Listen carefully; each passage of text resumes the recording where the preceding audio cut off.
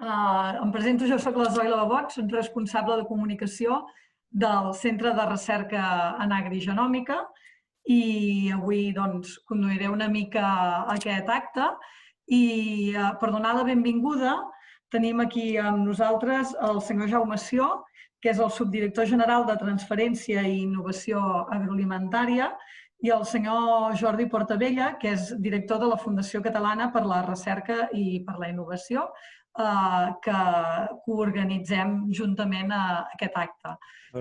Bon dia a totes i tots. En primer lloc, volia disculpar el meu director general, el Carmel Mòdol, que és el director general d'Alimentació, Qualitat i Indústries Agroalimentàries, que li ha sortit un imprevist i no pot estar amb tots nosaltres.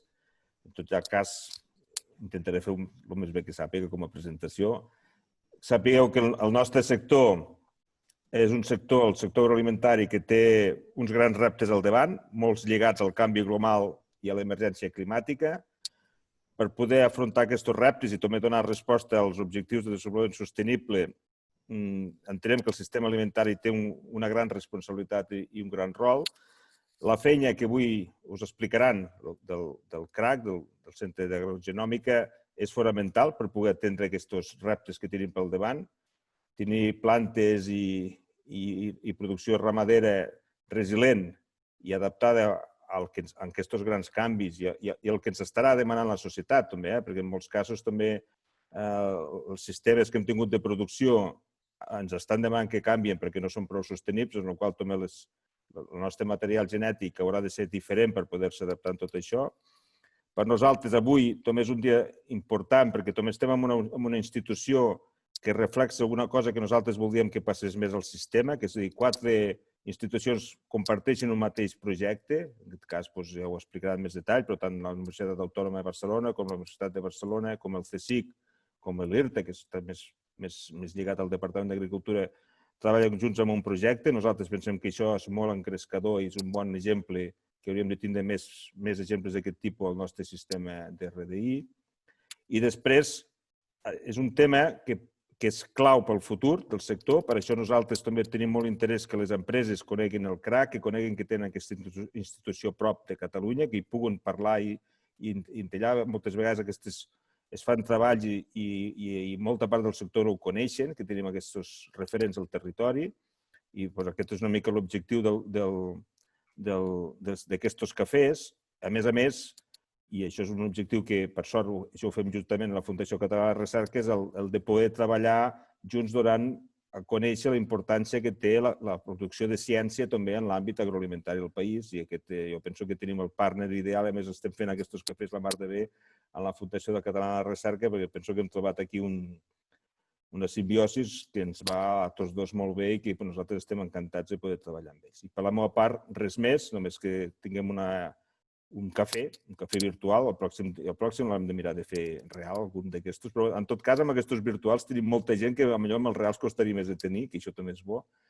I després dono la paraula al director de la Fundació Catalana de la Recerca i l'Innovació, que és el senyor Jordi Portabella, que acabarà de fer la presentació. Bon matí per tots.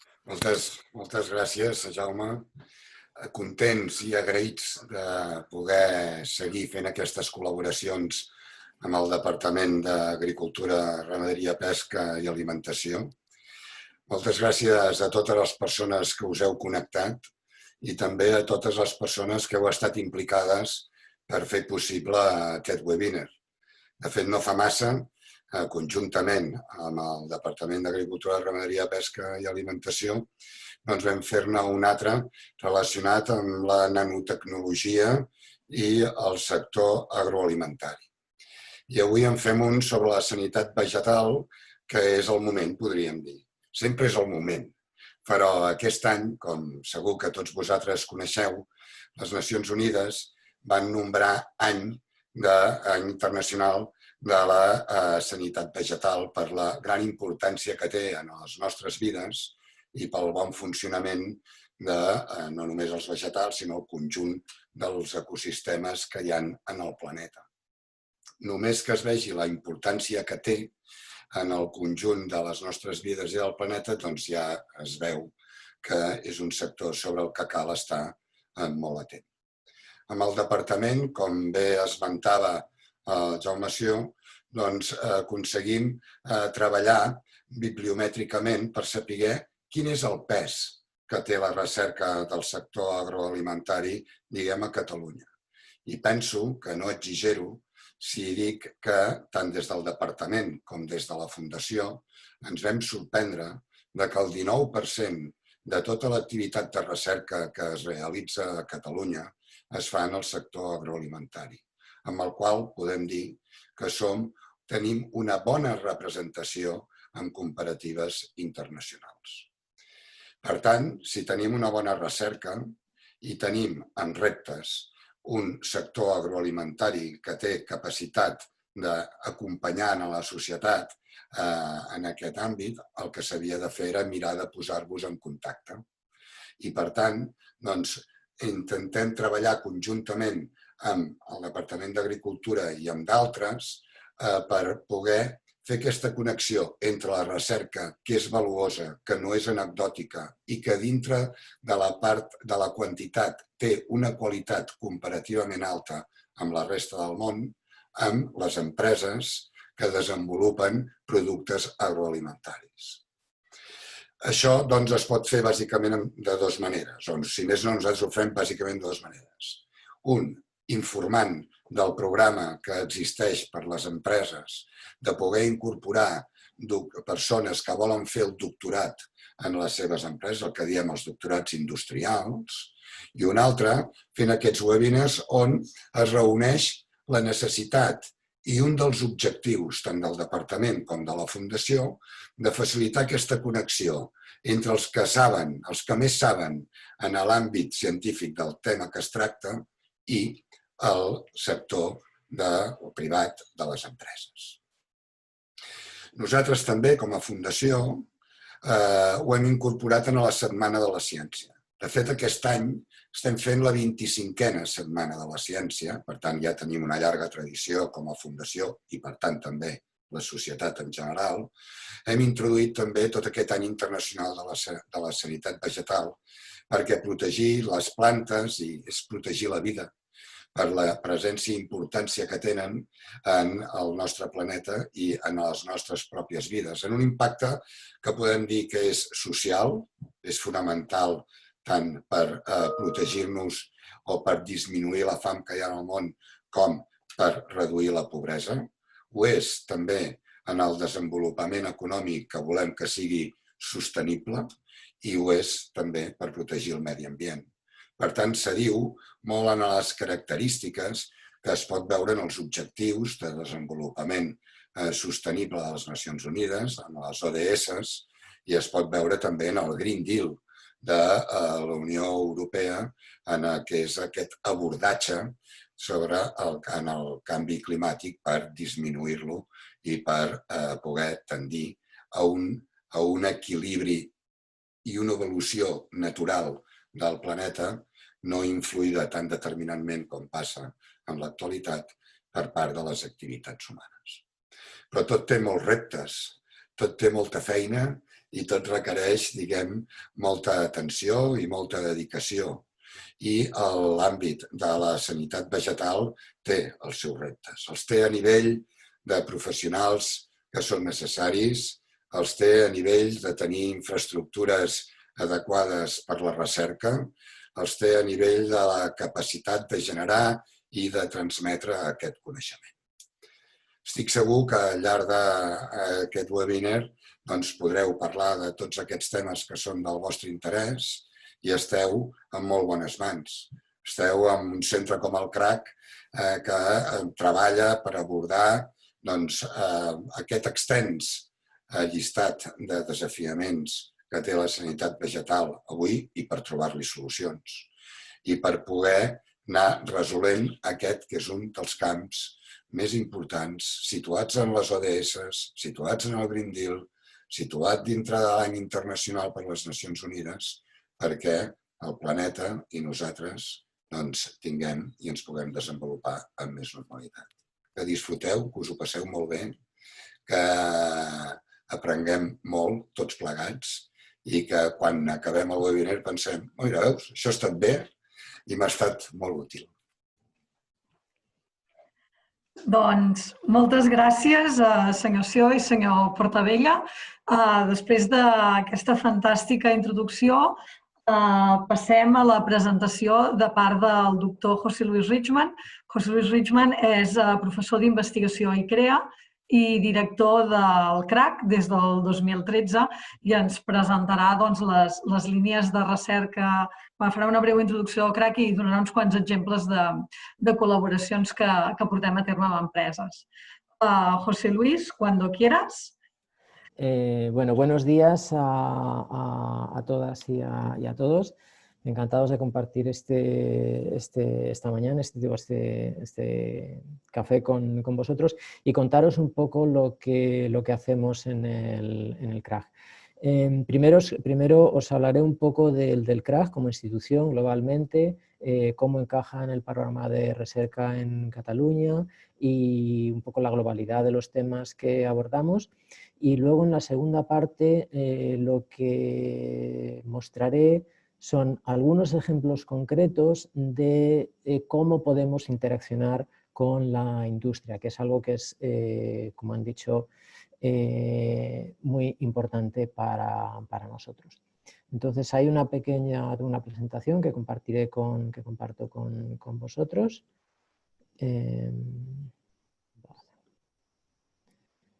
Vale, perfecto. El Centro de Investigación en Agrigenómica. Bueno, en primer lugar, lamento que, como todos, creo que tengamos que tener esta conferencia virtualmente. Habría sido mucho más interesante tenerla, creo, o más agradable tenerla en las instalaciones del CRAG, en el campus de la Universidad Autónoma de Barcelona. Esperemos que la situación que estamos viendo pues, mejore a lo largo de los próximos meses y que en algún momento del año que viene pues, podamos tener una reunión en la que realmente nos podamos ver las caras e interaccionar de un modo más directo. El CRAG, como os ha explicado Jaume, es un consorcio, resulta de un consorcio entre 4 instituciones: el Consejo Superior de Investigaciones Científicas, el Instituto de Recerca y Tecnologías Alimentarias y las universidades de Barcelona y Autónoma de Barcelona. Digamos, esta es la figura legal del CRAG, un consorcio. Y aquí en el centro tenemos personal investigador que viene de estas 4 instituciones y además también de ICREA y del CRAG, por supuesto. Un punto importante a resaltar es que es un consorcio, lógicamente, entonces, con su identidad fiscal. Y eso es algo que para las interacciones con las empresas es importante, porque eso lo que quiere decir es que somos nosotros los que gestionamos nuestras interacciones con el sector privado, digamos. Pertenece a la red de centros cerca de la Generalitat, tiene el apoyo también a través del CSIC, del Gobierno Central, y es un centro de excelencia Severo Ochoa. Es un centro relativamente joven. Digamos, la primera piedra se puso en el 2003, cuando empezó un pequeño convenio de colaboración entre el CSIC y el IRTA. El proyecto se fue haciendo más ambicioso durante esos primeros años y fue en el 2011 cuando se inauguraron las instalaciones de las que disponemos actualmente en el campus de la Autónoma. En ese periodo, del 2003 al 2011, pues la UAB y la UB se unieron al consorcio. Como digo, es un centro relativamente joven y llevamos pues 9-10 años aquí en el campus de la UAB.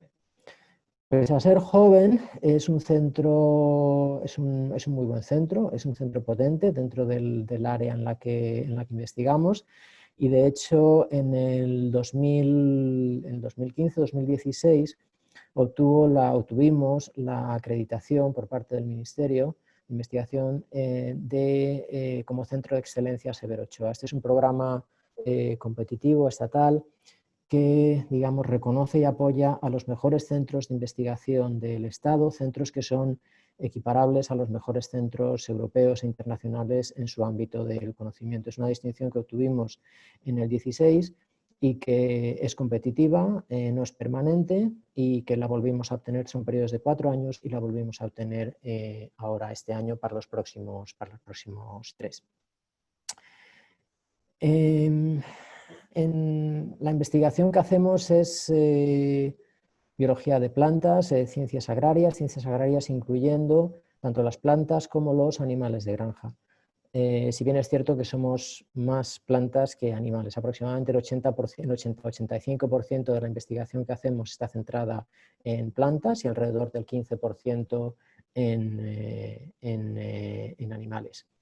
Y la idea fundacional para el CRAG, o la idea subyacente al CRAG, fue el crear un entorno de investigación común con investigadores que venían de diferentes instituciones, con diferentes métodos de abordar los problemas con los que se encontraban desde el punto de vista de investigación, etcétera, etcétera.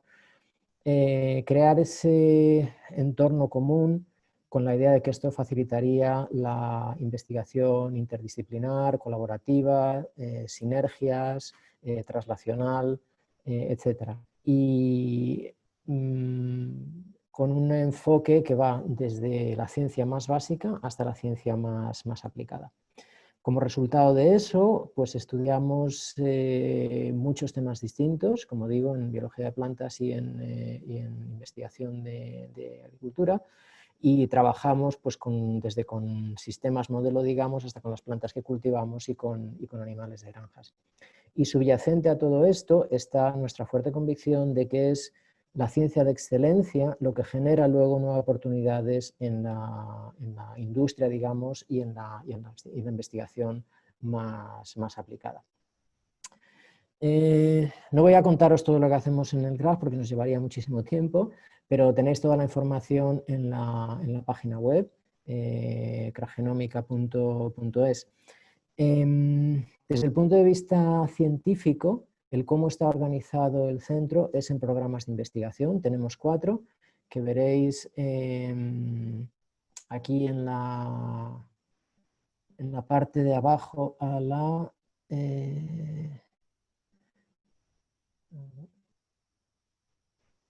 aquí en la parte de abajo a la izquierda.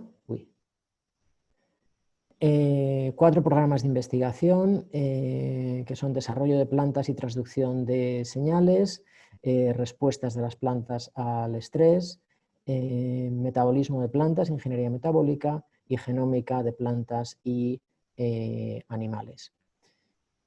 Estos 4 programas tenemos dos enfoques distintos. O sea, por un lado, mecanismos moleculares que subyacen a los procesos biológicos de las plantas o de los animales, y por otro, genética y genómica de las plantas de cultivo y de los animales de granja. La distribución no es 100% aquí en esta divisoria, porque todos estos programas también usan mucho la genómica y este programa también se ocupa de mecanismos. Pero en cualquier caso, este enfoque dual entre más la genómica, también muy destinada hacia la mejora, y realmente llegar a conocer en detalle los mecanismos biológicos que subyacen a los procesos que nos interesan, encajan respectivamente con 2, yo diría, cambios de paradigma en todo lo que ha sido la mejora de las plantas y animales. Por un lado, el que está a la derecha es algo que está sucediendo ya desde hace unos cuantos años, y es lo que trajo cuando tuvimos la disponibilidad de las secuencias de los genomas de los organismos, ya no solo de las especies, sino de variedades o incluso de individuos, y cómo esto ha revolucionado realmente los procesos de mejora de plantas y animales. Eso es algo, como digo, que sucede, que lleva ya tiempo sucediendo. El segundo enfoque es el de el conocer en detalle los mecanismos moleculares, es la base de lo que se necesita para luego lo que llamamos biología sintética o la reingeniería o la modificación de los organismos para que tengan las características o las funciones que nos puedan interesar a nosotros. ¿Vale? Y subyacente a todo esto, pues está también una pregunta científica, digamos, global que tenemos en el CRAG, a la que queremos contribuir, que es cómo la información genómica, la información contenida en nuestros genomas, en los genomas de los organismos, se traduce luego en fenotipos característicos, digamos, en características de las plantas y animales, y en el caso de las plantas en condiciones determinadas, porque el desarrollo, por ejemplo, de la biología de las plantas está muy determinada por el ambiente en el que crecen. En ciertos sentidos la pregunta es cómo desde el gen y el genoma hasta el fenotipo y el fenoma. Un poco más en detalle, los 4 programas que tenemos, el primero, el de desarrollo de plantas y transducción de señales, pues lo que estudia es las bases genéticas, moleculares, mecanísticas de la versatilidad y la plasticidad de las plantas en cuanto a su crecimiento y desarrollo en respuesta a un medio ambiente que es cambiante. Las respuestas de plantas al estrés, de lo que ya hemos hablado por este año especial, se trabaja mucho en el reconocimiento por parte de las plantas de los organismos patogénicos, la transducción de señales y las respuestas de las plantas a dichos organismos patogénicos y también a condiciones de estrés, digamos, abióticas, como puede ser temperatura, salinidad, etcétera, etcétera. El programa de metabolismo e ingeniería metabólica, que ha estado centrado estos años en metabolismo secundario y en las vías metabólicas que son de interés nutricional o económico, y también la regulación del metabolismo de las plantas.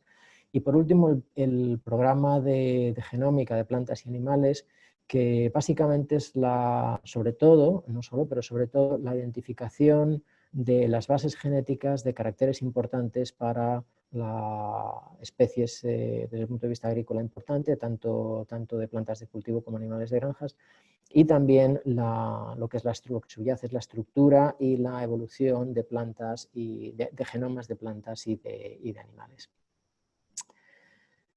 En resumen, hasta aquí, pues como digo, es un centro, es un consorcio entre 4 instituciones.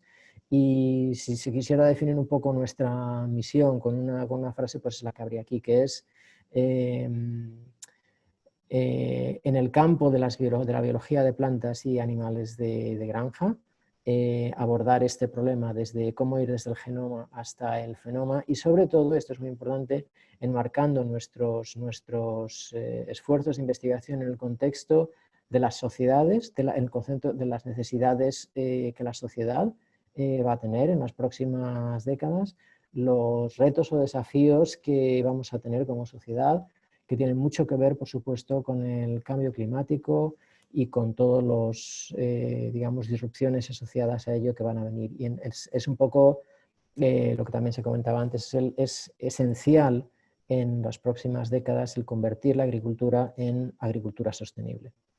Y todo esto lo queremos, como decía antes, lo queremos apoyar o está apoyado en una base muy importante en el CRAG de ciencia básica de excelencia. De modo que al final, como se muestra aquí abajo, pues tenemos un centro que va desde ciencia básica de investigación hasta aplicada, hasta contactos ya muy estrechos con la industria. Y de esto es lo que os hablaré ahora un poco y os pondré algunos ejemplos de los diferentes, con algunos proyectos concretos, de los diferentes modos que tenemos para interaccionar con la industria. Y digamos que puede haber 2 enfoques o hay dos aspectos distintos. Uno, el primero, es digamos en las 2 direcciones. Por un lado, transferir a la industria y a la sociedad las innovaciones y las tecnologías que están derivadas de nuestra investigación, ¿vale?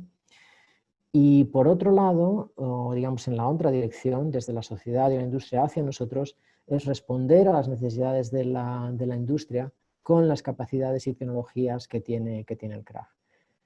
Para los dos, digamos, para estos 2 objetivos o áreas, hay diferentes modos de actuación que podemos usar, diferentes modos de interaccionar también con el sector privado. Y de eso es de lo que os pondré ahora algunos ejemplos.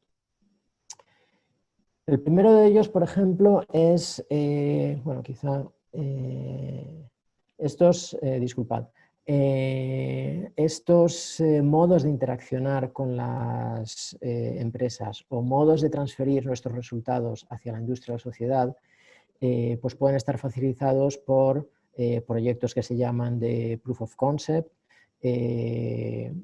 por partnerships con el sector privado para obtener fondos públicos competitivos, por supuesto patentes y licencias, creación de spin-offs, contratos de investigación, los doctorados industriales que se mencionaron, o incluso formar lo que se llaman Joint Research Units, que ya es una colaboración muy estrecha en proyectos de investigación conjunto. Entonces os pondré algunos ejemplos de estos diferentes modos de interaccionar entre el CRAG y las empresas. El primero es un ejemplo de un contrato de investigación con una compañía internacional que se extiende a lo largo de varios años y está centrado en el desarrollo de capacidades de mejora en cannabis. Y esto ha involucrado, aparte de, por supuesto, en este caso son 3 instituciones, el CRAG, el IRTA per se y esta compañía internacional, Front Range Biosciences, y a su vez ha implicado el interaccionar con la Agencia Española de Medicamentos y Productos Sanitarios para conseguir el permiso que necesitas para llevar a cabo en España un tipo de investigación que involucra el cultivo de líneas de cannabis que tengan pues, más de un 0,3% del tetrahidrocannabinol, que es uno de los más de 110 cannabinoides que se han identificado en esta planta, ¿no? Entonces el proyecto, básicamente el objetivo del mismo es desarrollar plantas de cannabis que estén adaptadas a diferentes ambientes de producción, condiciones ambientales, climáticas, que tengan sobre todo los perfiles de cannabinoides que requiere la industria farmacéutica y que tengan idealmente pues, una resistencia mejorada a enfermedades, patógenos, etc. Cannabis es una planta muy importante no solo para la industria farmacéutica, sino porque tiene también muchos otros usos, desde bioplásticos hasta tejidos, etc.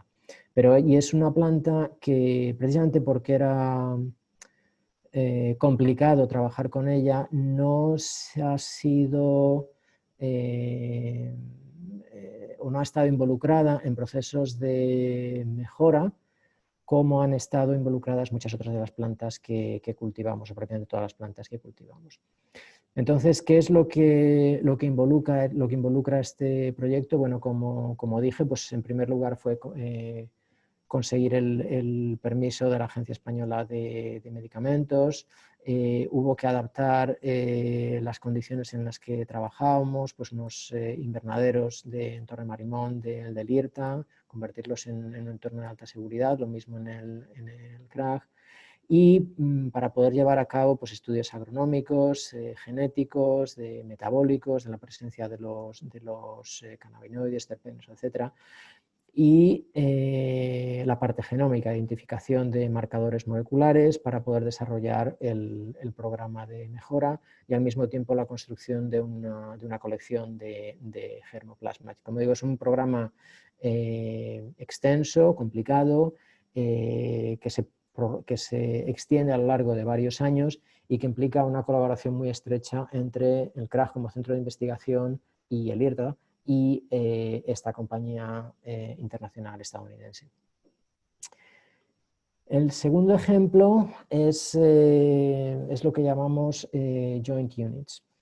Esto es algo que vino al CRAG vía el IRTA, una de las instituciones que forman el consorcio, como hemos explicado, y en concreto voy a comentaros brevemente la Joint Unit, la unidad conjunta entre el IRTA y FITO, que establecieron formalmente en el año 2000, antes de que existiese el CRAG, y que se ha mantenido desde entonces y que ahora está localizada en una parte muy importante aquí en el CRAG. Y es algo, básicamente, este modo de interacción implica personal de las dos instituciones que colaboran en unos proyectos de investigación que son compartidos, que en este caso pues son propuestos por FITO, o sea que responden a las necesidades de la industria y que son también, digamos, de interés para el IRTA, ¿no?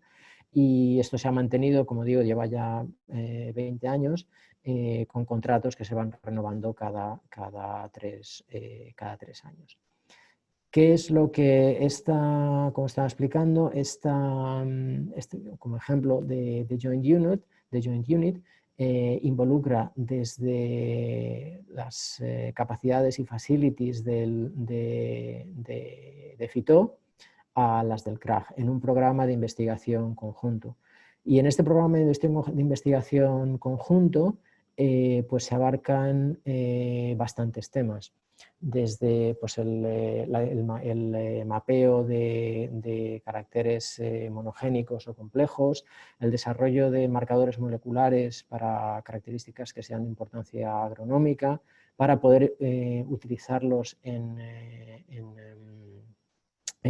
programas de mejora ayudados por marcadores, descubrimiento y genotipación de SNPs, polimorfismos, secuenciación de genomas, análisis bioinformático, identificación de mutantes que tengan fenotipos de interés, edición de genomas y la aplicación de nuevas tecnologías de mejora en los programas de mejora de FITO. Y se trabaja con una gran variedad de especies que están indicadas aquí abajo, pues el de melón, berenjena, pepino, sandía, etcétera, etcétera, etcétera. Por ejemplo, este es un ejemplo de una actividad dentro de este concepto global de unidad mixta entre el IRTA-CRAG y FITO. Aquí el problema eran 8, digamos, variedades de FITO que usan en su programa de mejora y necesitaban una caracterización, digamos, genómica, identificación de SNPs para ayudarles en sus procesos de mejora. Esto es algo pues, que entonces lo que conllevó fue secuenciación de estos genomas, análisis de los mismos, identificación de estos marcadores.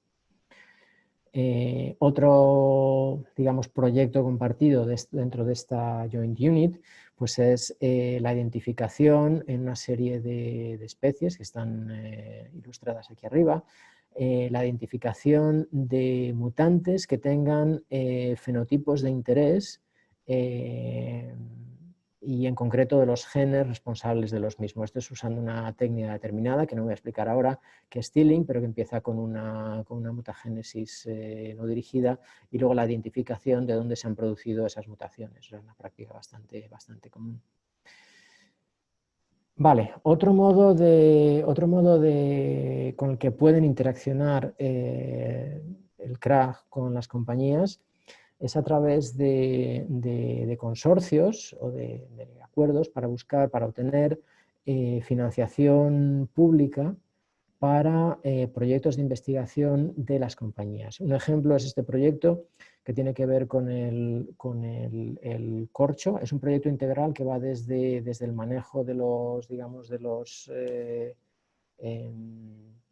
bosques de robles hasta el corcho y sobre todo cómo se usa el corcho en la industria del vino y cómo interaccionan con el vino. Este es un proyecto que involucra a 7 compañías, compañías grandes, también compañías pequeñas y centros de investigación públicos o fundaciones, entre las cuales está el CRAG. Y este es un proyecto, pues también de nuevo es plurianual, son 4 años y de un presupuesto considerable. Y esto es financiación pública que permite trabajar conjuntamente a compañías y centros de investigación.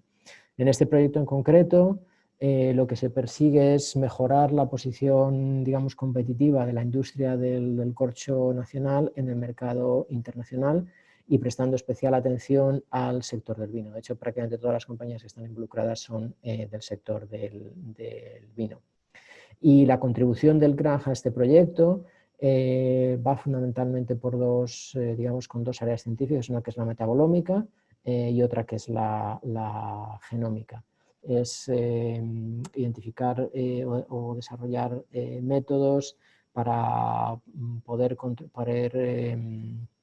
determinar el contenido de lignina, la cantidad y la composición química en el corcho, y luego una parte de investigación quizá un poco más básica de identificar los genes y las redes reguladoras de genes que sean responsables de la síntesis de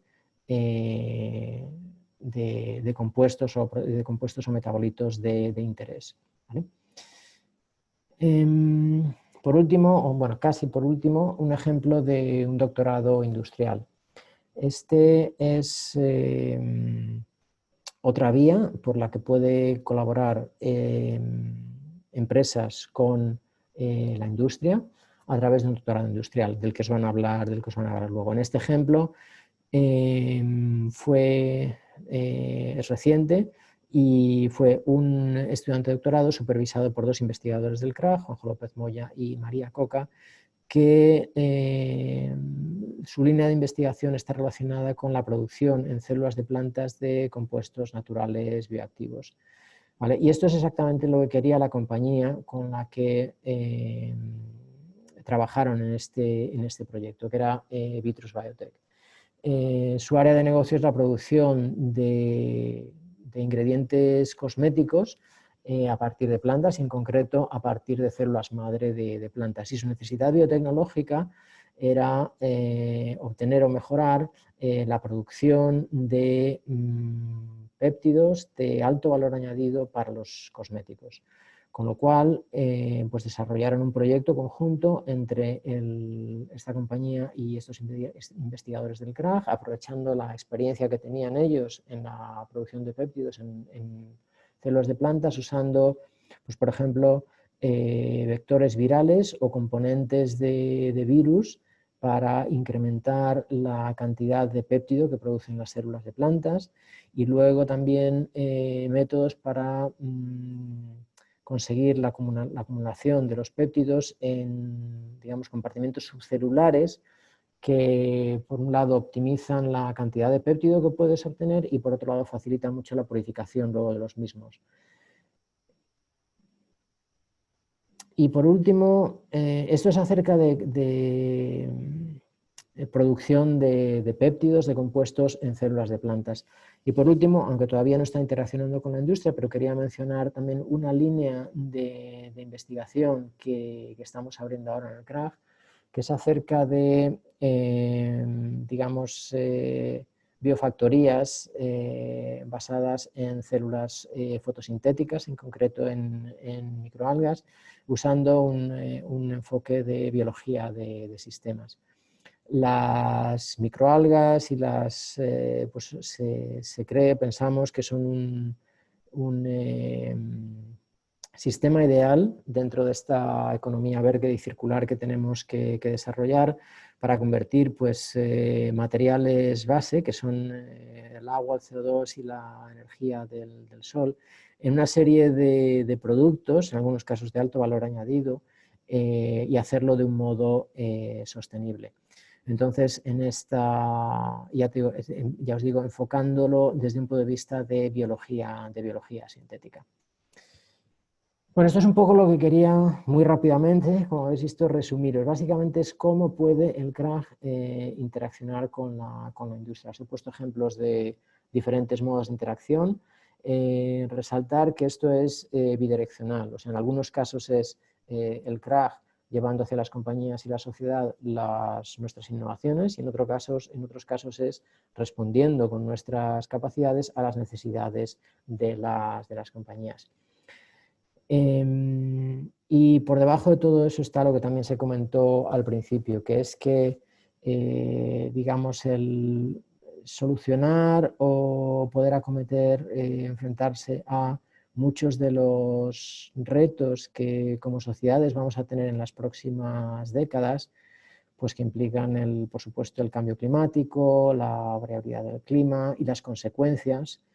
Esto solo lo vamos a poder hacer con una investigación en temas de plantas, agricultura, animales de granjas, a muchos niveles distintos. Y como también se ha mencionado, efectivamente lo que hacemos en el CRAG está muy relacionado y tiene un impacto directo en varios de los objetivos, indirectamente en todos, pero en concreto de un modo muy directo en 5 de los digamos, objetivos de desarrollo sostenible de las Naciones Unidas. Y esto es un poco lo que, de un modo breve, pues quería contaros. Como os he dicho, tenéis mucha más información del CRAG en la página web y, por supuesto, aparte de lo que hablemos hoy, pues siempre están nuestras direcciones de email, de contacto, etc. Gracias a todos y todas. Muchas gracias, José Luis. Recordar que si hay preguntas hasta aquí, las podéis ir escribiendo donde pone preguntas y respuestas más abajo y al final pues habrá un turno. Llevamos un poco de retraso respecto al programa, pero intentaremos pues, hacer unas intervenciones breves.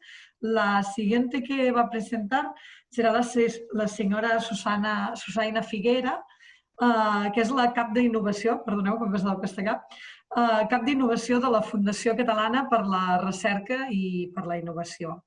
Llavors, Susaina, veig que ja en tenim aquí. Hola, bon dia. Doncs bon dia, aniré ràpida, donat el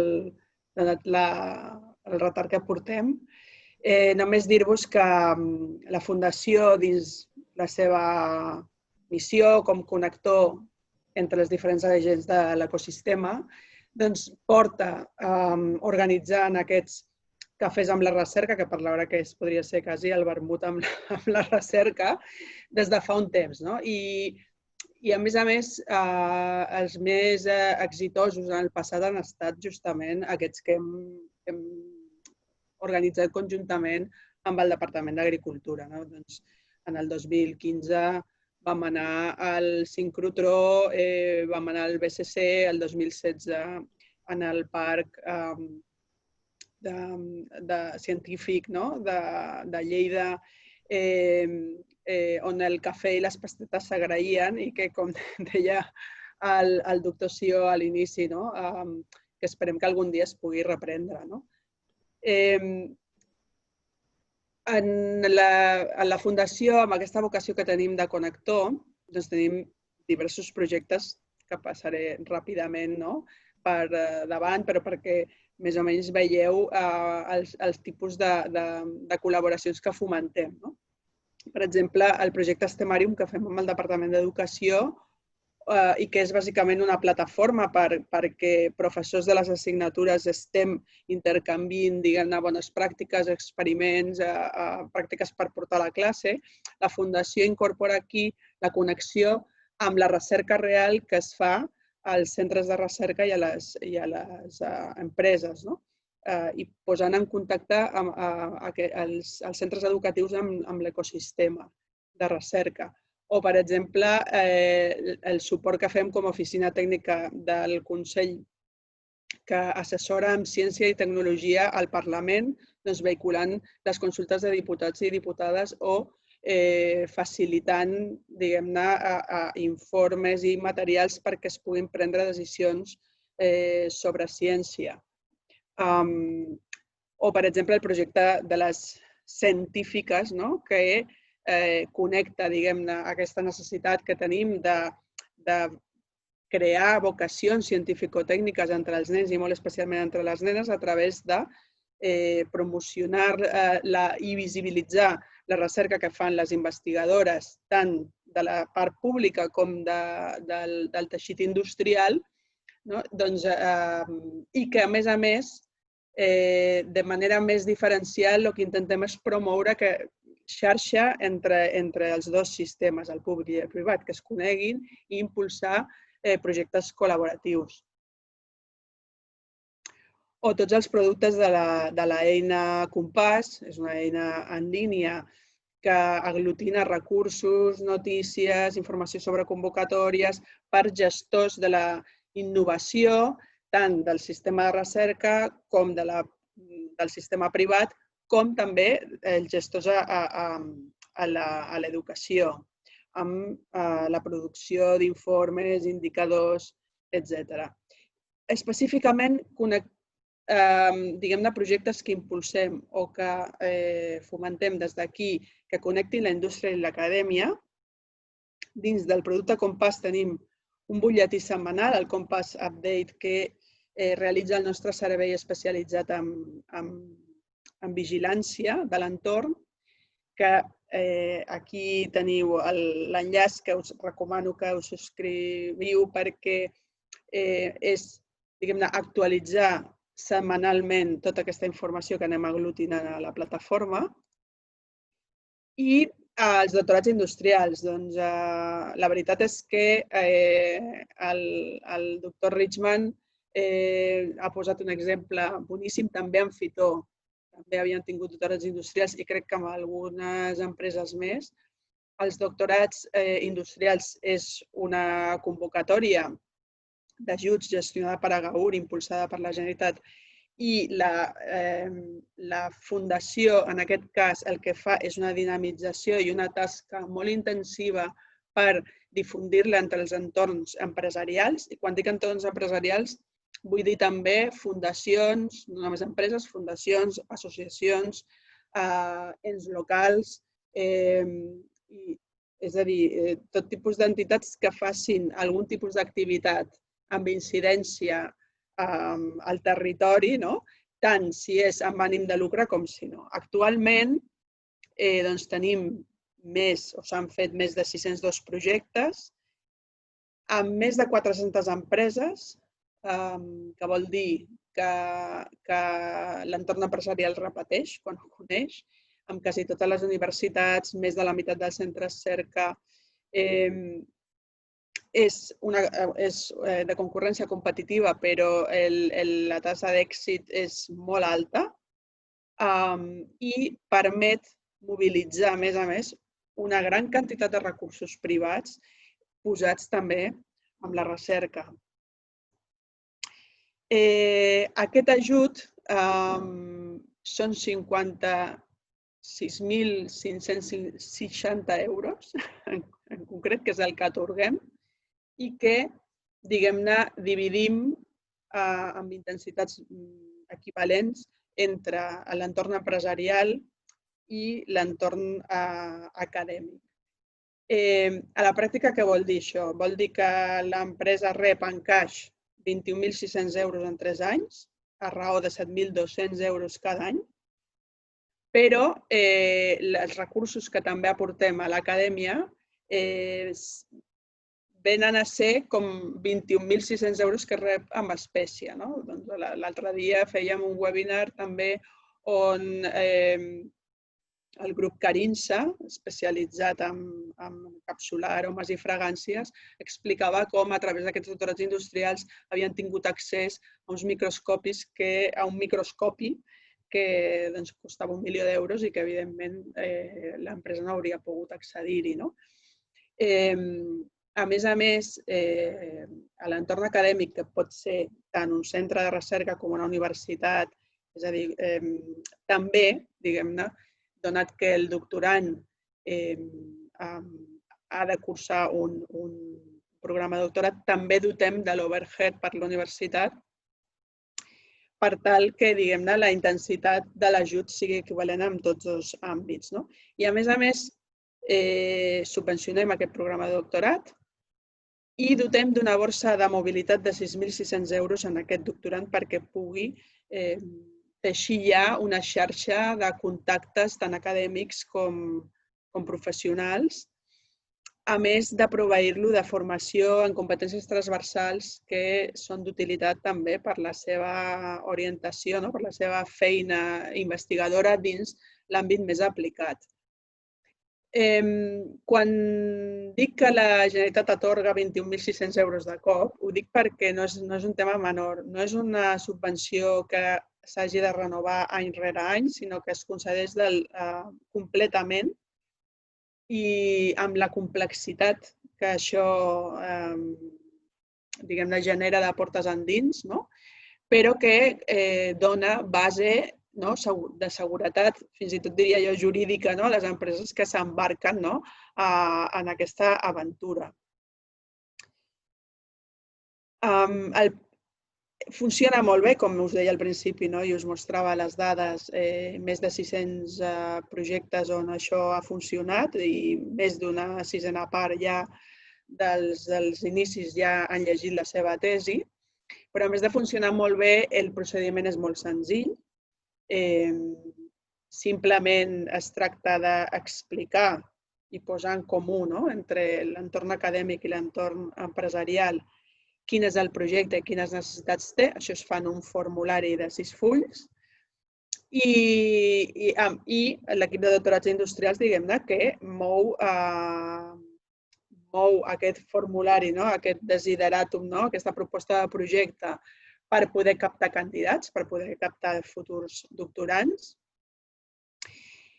I un cop s'ha seleccionat la persona, també el procediment és rapidíssim, es fa una sol·licitud en línia on s'adjunten una sèrie de documents, 4, que seria el perfil que té el candidat, els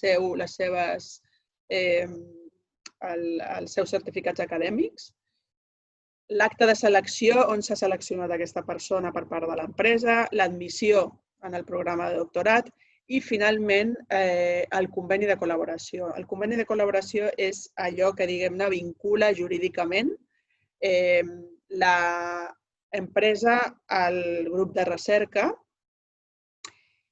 i que, diguem-ne, preveu totes aquelles qüestions, és un model que tenim, preveu qüestions, diguem-ne, que preocupen a vegades només a l'empresa, com es preserva el secret industrial, diguem-ne, mentre, en canvi, es divulga, en certa manera, també la recerca al llarg d'aquests 3 anys i, finalment, en una tesi doctoral.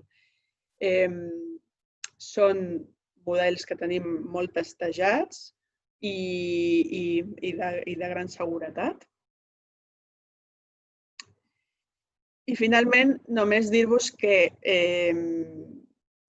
tal com està organitzat tot l'esquema, és molt flexible i permet que funcioni gairebé com una línia oberta. És a dir, si us fixeu en aquest calendari, cada trimestre aproximadament hi ha una finestra per poder aplicar, per poder fer una sol·licitud i en 3 mesos màxim poder començar. Estem a temps encara. Si us fixeu, l'última convocatòria tanca el 15 de desembre. I, per tant, si hi ha algú que estigui molt interessat, sisplau, posar-vos en contacte immediatament amb la Fundació perquè farem que s'arribi a temps, això ja us ho dic. Però, en tot cas, heu de saber que l'any següent, al vols del març i l'abril, torneu a tenir una altra nova oportunitat per poder embarcar-vos en un projecte així amb el CRAC. Jo crec que és una oportunitat que no heu de deixar escapar. És un centre potentíssim. Ja heu vist l'orientació molt a mercat sobre aquestes línies que ens ha presentat el doctor Richman i, per tant, us hi animo des d'aquí. Moltes gràcies. Moltes gràcies, Susaina, per aquesta presentació d'aquesta potencial eina de col·laboració entre empresa i acadèmia. Llavors, ara serà el torn de la senyora Maria Josep de Ribot, cap del Servei d'Innovació Agroalimentària del DARP, i ella ens parlarà d'una altra possibilitat també de col·laboració, que són els grups operatius. Us deixem amb ella. Gràcies, Aila. Bon dia a totes i a tots. Molt contents de participar i de tenir en el marc del Pla Anual de Transferència Tecnològica del Departament d'aquesta jornada. Pel Departament, per nosaltres, és indispensable treballar tot el possible en aquesta connexió entre món acadèmic i món empresarial, sobretot en l'ecosistema RDI del sector agroalimentari i forestal.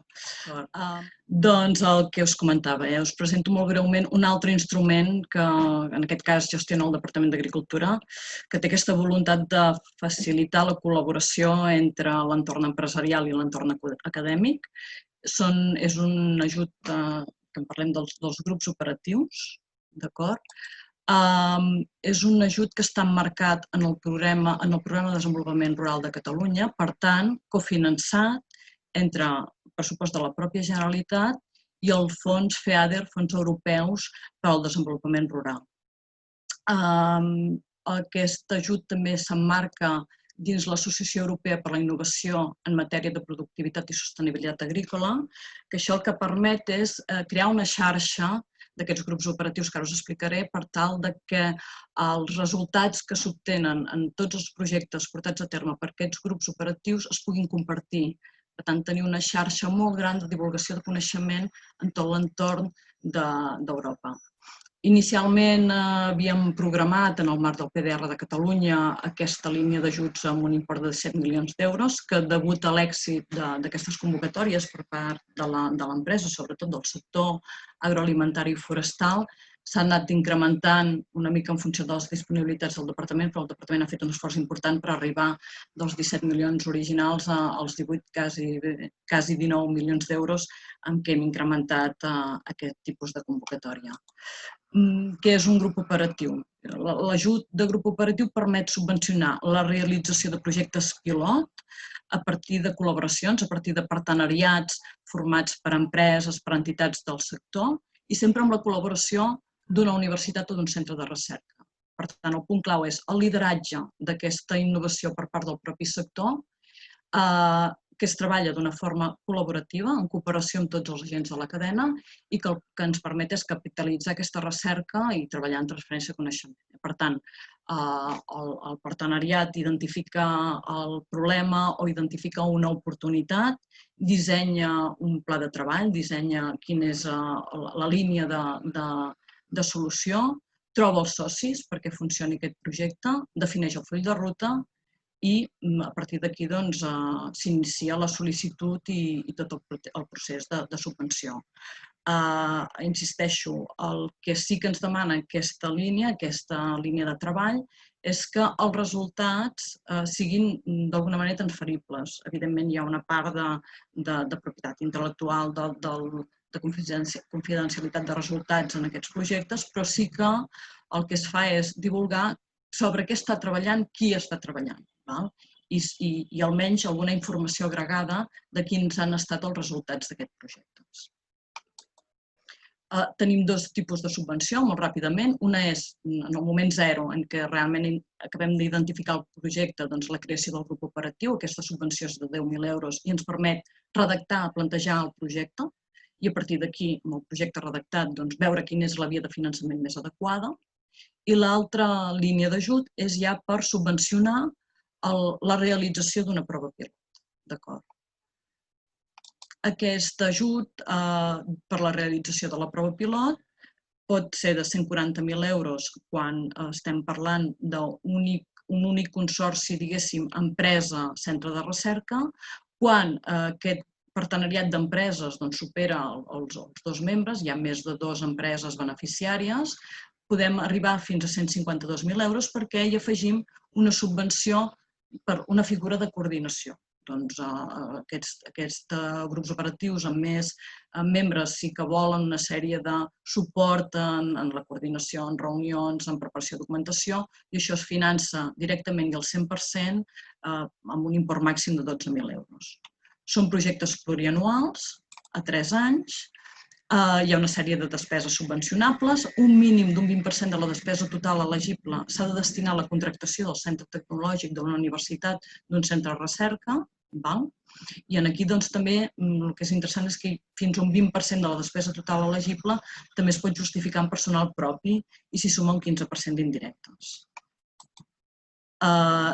Evidentment, també hi ha despeses no subvencionables. El més important és que les inversions no són subvencionables. Sí que tota la despesa que ens permetin fer un prototip, una prova pilot, però no compra d'inversions. No és la línia per inversions.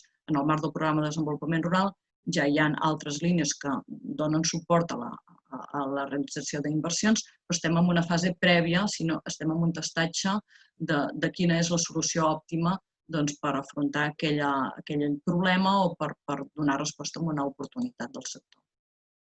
El que us comentava, la difusió de resultats, es fa a 3 nivells. A nivell del propi grup operatiu ha de presentar amb el projecte el seu pla de transferència, el seu pla de comunicació dels resultats del projecte. A nivell de Generalitat de Catalunya, a través dels mitjans del departament, bàsicament a Ruralcat, també hi ha un espai en què expliquem els resultats dels projectes i aquesta informació es trasllada a nivell d'estat espanyol a través de la Red Rural Nacional i a Europa a través de la xarxa IP Agri, en aquesta xarxa europea d'innovació. Una mica els resultats, i us dèiem, estem bastant satisfets, sempre hi ha, evidentment, molt camp a millorar, però de l'acceptació que ha tingut aquesta mesura, l'havíem pensat molt identificant quina era la necessitat i hem vist que el balanç és positiu. La raó realment és que han sigut convocatòries molt competitives, les convocatòries que hem pogut tirar endavant fins ara, de manera que hem hagut de fer els esforços necessaris per incrementar aquest pressupost original que teníem en convocatòria. En aquest moment tenim 207 projectes aprovats, 62 d'aquests que us comentava de plantejament, fase inicial, i 145 projectes pilots, 10 resolts ahir, per tant, això una mica són les dades acabades de sortir del forn, amb un total de 533 beneficiaris i fins a 803 empreses o entitats participants. Hi ha empreses que participen dels partenariats però que no són directament beneficiaris dels ajuts, sinó que participen en alguna part del procés però no tenen subvenció directa. Per tant, implicant fins a 803 empreses del sector fins a data d'avui. Una mica, molt ràpidament, veiem una mica que en tots els àmbits tenim projectes. En la fase de plantejament, tant en l'àmbit ramader, agrícola, en l'agroindústria com en el sector forestal. En els projectes pilot sí que realment potser hi ha més projectes d'agroindústria que dels sectors una mica menys intensos en aquest moment. Per tipologia d'empreses veiem que és una forma d'ajut que s'adapta bastant a totes les tipologies d'empresa del sector agroalimentari i forestal. La indústria agroalimentària lidera la majoria de projectes, però també les empreses agràries, les cooperatives o hi participen molt també associacions de productors, associacions d'empreses, associacions sectorials. La distribució també veiem que una mica els beneficiaris d'aquest tipus de projectes estan molt distribuïts en el territori i realment on toca, vull dir, les zones agrícoles més potents hi ha molts projectes, tot l'eix del sector ramader també tenen els projectes corresponents a ramaderia, en l'àmbit d'indústria alimentària cobrim tota la zona on tenim indústria a casa nostra i el sector forestal també en zones més de titularitat privada dels boscos i també en zones més productives. Per sectors també, clar, els sectors que tenen més impacte econòmic són els que tenen més projectes d'innovació, per tant el porcí, la indústria càrnia i el sector de la fruita dolça són els que tenen en aquest moment el major nombre de projectes aprovats. Per temàtiques, bàsicament, els projectes majoritaris han anat encarats a nous productes, nous processos o nous serveis, per tant, oportunitat d'innovació en aquests àmbits, però també en el cas de donar resposta a reptes o alguns problemes identificats, sí que tenim molts projectes en l'àmbit de la sanitat vegetal, en la gestió del sòl, en la fertilització, en l'àmbit de la qualitat i la comercialització, on tot aquest espai de sanitat també animal i benestar animal. Hi han participat, com us comentàvem, hi ha aquest requeriment que hi participi obligatòriament un grup de recerca i, per tant, hi tenim participació de pràcticament totes les universitats i tots els grups de recerca més del sector agroalimentari. Ara, també en aquestes darreres convocatòries estem atraient una mica talent d'altres grups de recerca que es poden enfocar, que tenen solucions que es poden enfocar cap a sector agroalimentari que potser fins ara no havien trobat la manera de contactar-hi o de participar-hi més directament. I el que us comentava, tota aquesta informació la trobareu tant pròpiament la convocatòria a la web del Departament d'Agricultura i tot el que és divulgació de projectes dins de Ruralcat amb un espai específic dins de la xarxa ICAT, la xarxa que ens fa de nòdul per aquesta Red Rural Nacional i per aquesta xarxa europea d'innovació agroalimentària, on trobareu informació tant de la convocatòria com dels projectes aprovats, dels que estan finalitzats i amb resultats finals i dels que estan en curs amb una fitxa que explica quin és el projecte, quins són els partners, quin és l'objectiu i el full de ruta i una mica les previsions de resultats a fi de projecte.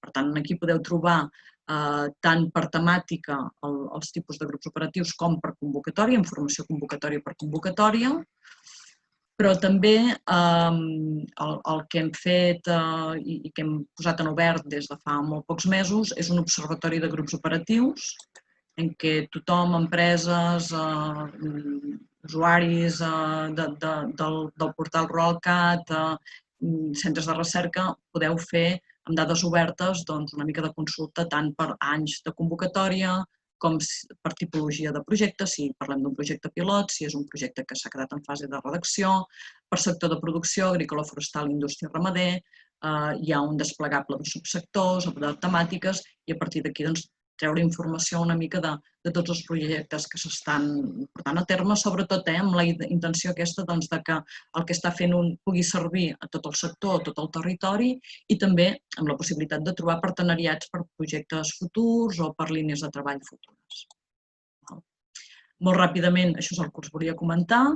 La propera convocatòria de grups operatius esperem que pugui sortir a la primavera del 2021. Hem acabat el programa de desenvolupament rural actual, que era 2015-2020, i per tant estem a l'espera d'una pròrroga abans no tinguem ja en funcionament el nou programa i per tant pensem que durant el primer quadrimestre segurament del 2021 podrem treure noves convocatòries i el que us comentava, més informació pròpiament del que és l'ajut a la web del Departament d'Agricultura, el portal Ruralcat, que és una web de continguts del Departament d'Agricultura enfocat al sector professional, trobareu informació dels projectes i si teniu qualsevol dubte, qualsevol interès particular, si veieu la possibilitat de plantejar algun projecte i ho voleu parlar prèviament, ens escriviu en la bústia d'ajuts i innovació i ens posem en contacte amb vosaltres de seguida que en sigui possible. Moltes gràcies. Doncs moltes gràcies, Maria Josep. Moltes gràcies també a tots els espectadors. Seria el moment, de moment no en veig cap encara, seria el moment de fer preguntes. Jo us demanaria, sisplau, als ponents que estigueu en càmera, perquè així us veuen, les preguntes poden anar dirigides a qualsevol dels ponents. També dir-vos que entre l'audiència tenim personal investigador del CRAC que ha estat involucrat en els projectes que ha presentat en José Luis Richman i en d'altres, que els projectes que ha presentat en José Luis Richman són uns quants exemples de coses que hem fet amb empreses, però que també n'hi ha més. I mentre veig que no en treu res, doncs aprofito i faig jo la meva propaganda, que és que el senyor Jordi Portabell ha explicat molt bé que aquest és l'any internacional de la sanitat vegetal i que s'ha volgut fer aquest any internacional per explicar la rellevància de cuidar la salut dels vegetals. També, malauradament, ens ha caigut en un any en què hem pensat molt en la salut humana, també. Però llavors dir-vos que, a part de la web del CRAC, que veureu que és més bàsicament en anglès i el que sí que és molt útil per trobar també, per exemple, tots els contactes de tots els investigadors amb qui us sembli que podríeu interaccionar. Hem llançat ara fa uns dies una web, diguem si us la puc ensenyar, que es diu, és una web en català i en castellà, que explica què és això de la sanitat vegetal. Aquí la tenim. Compartir. Sembla que ara l'hauríeu de veure, sí. En aquesta web expliquem una mica què és la sanitat vegetal, per què és important contribuir a mantenir-la i també hi ha uns quants exemples, també uns exemples de recerques que es porten a terme al CRAC en aquest sentit. Doncs, per exemple, tots estan explicats d'una manera molt senzilla d'entendre, explicant quin és el problema que hi ha, quina és l'aproximació científica que hi fem i una mica ja els descobriments i les innovacions que han portat diferents grups de recerca. També hi ha uns petits vídeos en què els mateixos investigadors ho expliquen de viva veu. Llavors, us recomanem molt també de visitar-la i de compartir-la, perquè creiem que és una bona eina per aquests dies.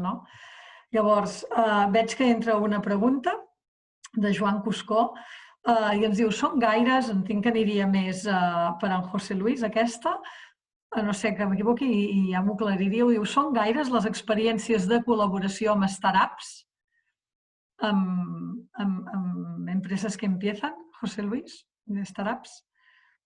Tienes el micro silenciado, José Luis? Sí, de acuerdo. Sí, la verdad es que colaboraciones con startups hemos tenido más con empresas, digamos, ya más establecidas que con startups, pero también las hemos tenido con startups y digamos, los mecanismos que podemos tener de interacción con ellos son básicamente los mismos. Las startups normalmente, claro, no te pueden financiar ellas los programas de investigación y entonces muchas veces tienes que buscar digamos, vías de financiación público-privada, etcétera, o cosas como los doctorados industriales, que sí que encajan muy bien dentro de lo que una startup puede necesitar, etcétera. Perfecte, gràcies, José Luis. Espero que això hagi respost la pregunta. No sé si diu que moltes gràcies. No veig més preguntes de moment.